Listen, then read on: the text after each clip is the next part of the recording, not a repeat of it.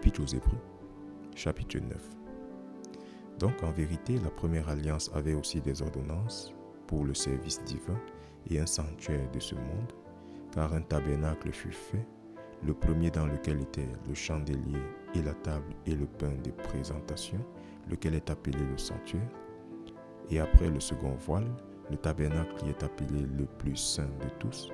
lequel avait l'ascensoir d'or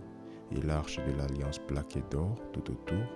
dans laquelle était le pot d'or qui contenait la manne et le bâton d'Aaron qui avait fleuri, et les tables de l'alliance, et au-dessus des chérubins de gloire, ombrageant le siège de miséricorde. De cela nous ne pouvons pas maintenant parler de manière détaillée. Or, lorsque ces choses furent ainsi ordonnées, les prêtres entraient toujours dans le premier tabernacle en accomplissant le service de Dieu, mais dans le second allait le grand prêtre seul une fois par an, non sans sang, lequel il offrait pour lui-même et pour les erreurs du peuple. L'Esprit Saint signifiait ceci, que le chemin vers le plus saint de tous n'avait pas encore été manifesté, tandis que le premier tabernacle était encore debout, lequel était une figure pour l'époque alors présente, dans lequel était offert tant dons que sacrifices, qui ne pouvaient rendre parfait celui qui faisait le service, comme se rapportant à la conscience, lequel consistait seulement en aliments et boissons et diverses ablutions, et d'ordonnances charnelles imposées sur eux jusqu'à un moment de réforme. Mais Christ étant venu en tant que grand prêtre de bonnes choses à venir, par un plus grand et plus parfait tabernacle, non fait des mains, c'est-à-dire non de cet édifice, ni par le sang des chèvres et des veaux, mais par son propre sang, il est entré une seule fois dans le saint lieu, ayant obtenu la rédemption éternelle pour nous. Car si le sang des taureaux et des chèvres et les cendres d'une génisse aspergeant les impurs sanctifient à la purification de la chair,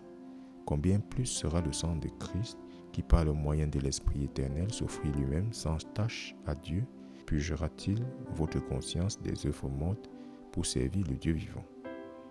Et pour ce motif, il est le médiateur du Nouveau Testament, afin que par le moyen de la mort, pour la rédemption des transgressions qui étaient sous le premier testament, ceux qui sont appelés puissent recevoir la promesse de l'héritage éternel. Car là où un testament est, il doit aussi de nécessité avoir la mort du testateur. Car un testament entre en vigueur après que les hommes sont morts,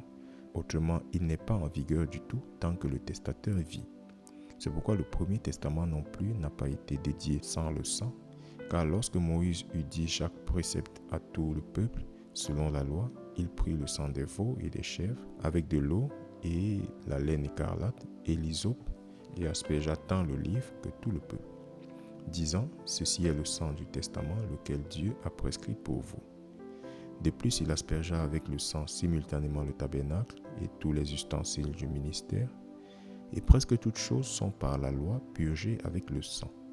et sans effusion de sang, il n'y a aucune rémission. Il était donc nécessaire que les modèles des choses dans les cieux devaient être purifiés par ceux-là,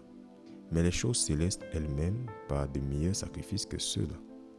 Car Christ n'est pas entré dans les saints lieux faits des mains, lesquels sont les figures du réel, mais dans le ciel lui-même,